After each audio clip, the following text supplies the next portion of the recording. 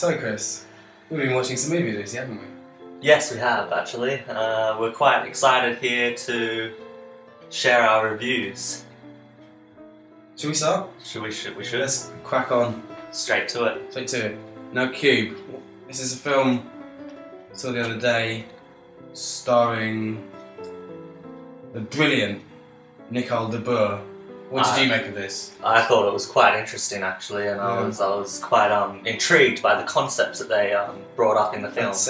I found it to be a very three-dimensional film. Yeah, particularly. Definitely. Geometry definitely played a big part in this film. I thought the special effects were brilliant. Yeah, it definitely showed to be one of the best and strongest in that category for special effects.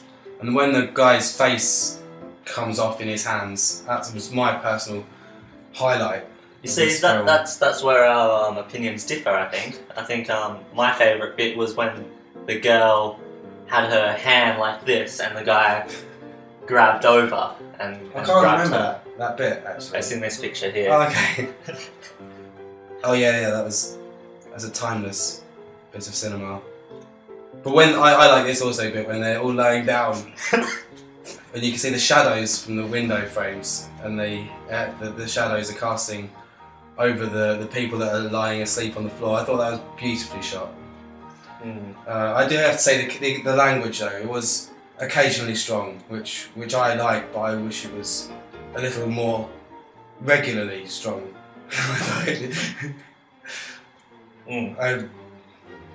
I think they watered it down a bit, frankly. Yeah, definitely. I think that we agree on that.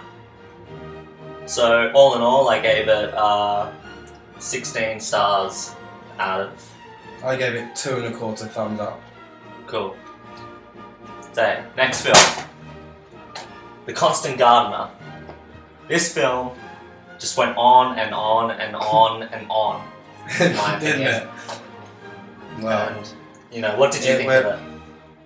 Well, I thought it went on for quite some time. Just this guy who pretty much just got this job as a part-time gardener, and then he just took that. He really got a passion for it, and he just took it into his day-to-day life. And honestly, every single little thing he was gardening, he could not stop gardening. And that was basically what this film was all about. It ended up being in the death of his him, battle really, over. Yeah, we all know how he ended. Exactly. Well, and it was not. If you haven't seen it, but I suggest that you should see it. It's a new release. It came out last week. But yeah, if you've got 2 hours and 3 minutes to kill, and you like gardening, then yeah, go for it. Yeah. So for me, it felt like it went on for 4 or 5 hours, actually, to be honest, because just when you watch someone that's just gardening, it tends to draw out like gardening uphill, downhill, side to side. Yeah. Bush gardening. I thought that it was a strong film though, regardless, and I gave he you really believe like that Ralph Fiennes was a gardener. You really, I felt that. You could definitely. You could see the and to watch passion. His relationship with his stepdaughter, who's played by Rachel Weisz. That's right. Yes. She to watch that relationship slowly die when she for 2.5 hours she's looking out the window. Well, the relationship started falling apart when he overwatered her plants. Of course, and that was the metaphor, wasn't it? That was for that was the metaphor. The AIDS. So, anyway, out of 5. Out of 5, I was gonna give it 3 thumbs up. 3 thumbs up. I think I'm gonna go with 3 thumbs up as well. Excellent. Alright, that's enough of that. Next film. This one was interesting, wasn't it? Godsend. Yes. Well, it's sort of interesting. It's about God who got a job in a post office, and day in day out, just making sure stamps were properly fastened to the letters, and making sure all the letters got to the right place. God, played by Robert De Niro in this case, very, really good. Outstanding performance. Brilliant actor. Not one of his better roles, I'd say. I mean, it's a big role, God. It's a hard one not to one play, of the, believe me. I've you tried know, it. He's no Scarface, is he, in this film? No, definitely Thankfully. not. Like, Definitely not. yeah. You know. But yeah, it's good, and I love the way it was produced by Mark Boutin. I was, you know, that's probably one of the mind-blowing. stronger films, I believe, Yeah, as a producer. 15, I'd agree with the 15 certificate. There are infrequent but moderate bits of nudity in it, which I like. Of course you did. Violence, not enough violence. But yeah, good. And I love the way, my favourite bit of the film was when the boy just stands in the window Casting and lets shadow. lets the shadow wash over him. Let me just have a look at this. Yes, I remember that scene. Strong stuff. I remember it like it was yesterday. It was. I did actually yesterday. watch it yesterday. But you know. So basically, Robert De Niro plays God, becomes working at a post office as God. You know, on top of his normal everyday duties that God has, to work at a post office is really asking too much of the role, isn't it? And he got some help from Santa, Santa who's very good at delivering stuff on time. is okay, and Santa is played by Greg Kinnear. Greg Kinnear. Okay.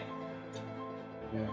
Okay. So that's I didn't get that bit actually. Did you not? To be honest, You didn't recognise the uniform. I didn't understand who was playing. That surprises Santa. me, Chris. I'd say. As a film expert, that surprised me. I'm still surprised. Anyway, enough about that film. Yeah. Well, I'll let you start on this one. Minority Report. Where do you start with this film, honestly? Tom Cruise, a thrilling ride, brilliant, is what the Sunday Telegraph said. Sunday Telegraph, we know, a bunch of racists. Exactly. Depending, also, you know, with the plot in this one, I think was it's quite topical at the moment, especially in East London here. Yeah. So. Well, it was set in East London, wasn't it? I mean, in the future. But, well, basically, Tom Cruise plays a government minister, and he is in control of immigration, and he had to devise this report for the Prime Minister, played by, unbelievably, Colin Farrell.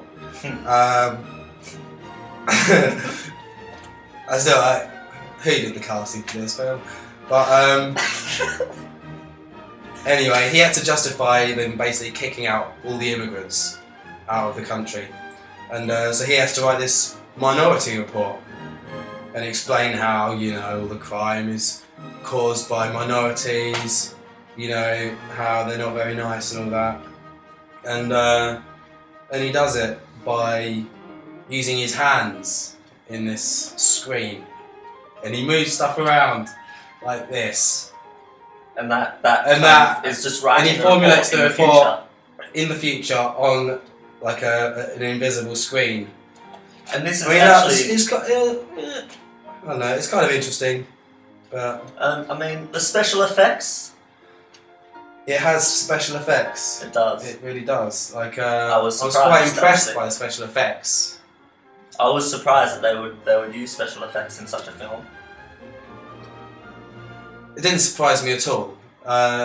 It's quite a high budget film, and it was a film that was made by Steven Spielberg, who's known for his special effects, especially films like E.T. and Star Wars. So we know there's special effects going to happen when we got Steven Soderbergh producing it.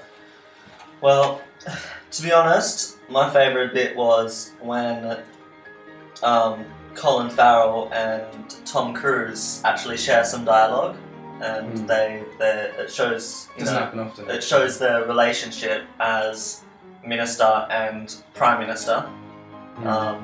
Tom Cruise obviously writing a report on the minorities is, you know, he's got a hard role, he's got a big role to live up to, Yeah. but not nearly as big as Colin Farrell's role to live up to that of the Prime Minister.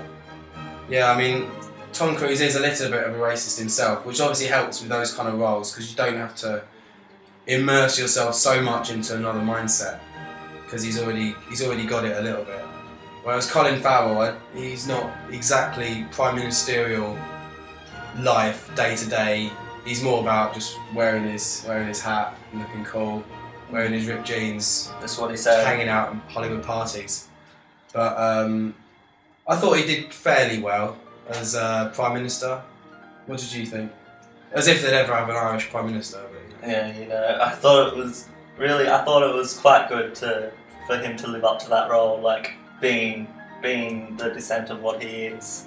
I didn't see it coming when I saw the plan for the film 4 months ago, and you know, I'm still a little bit taken aback by that, but you know, they got to do what they got to do in Hollywood, and that's what they do best. Absolutely right, Chris. All in all, a good day's film viewing. Not all films were as good as each other. not all films were the same. They're all different, and that's what the beauty of cinema is. You can do different things. You can watch two films that aren't the same straight after each other. Unlike with books, of course. Yes, they're all Because books they're all just bits words, of aren't they? paper full of words and all that. Mm. But so what would you give Minority Report as a vote? I'd give it 16%. 16%. Okay, I'd give it 1 3/4 thumbs up. Okay, and does that conclude that our film concludes review us for for today? today. We'll be back soon for another edition of Alan and Chris's film review. Or Chris and Alan, however you want to call it. We'll just leave that up to you. See you later.